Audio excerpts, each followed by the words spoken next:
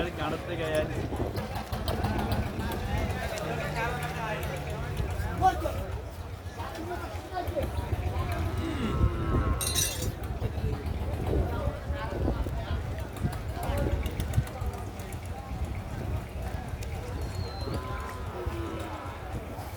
তবে ভাই এই জায়গার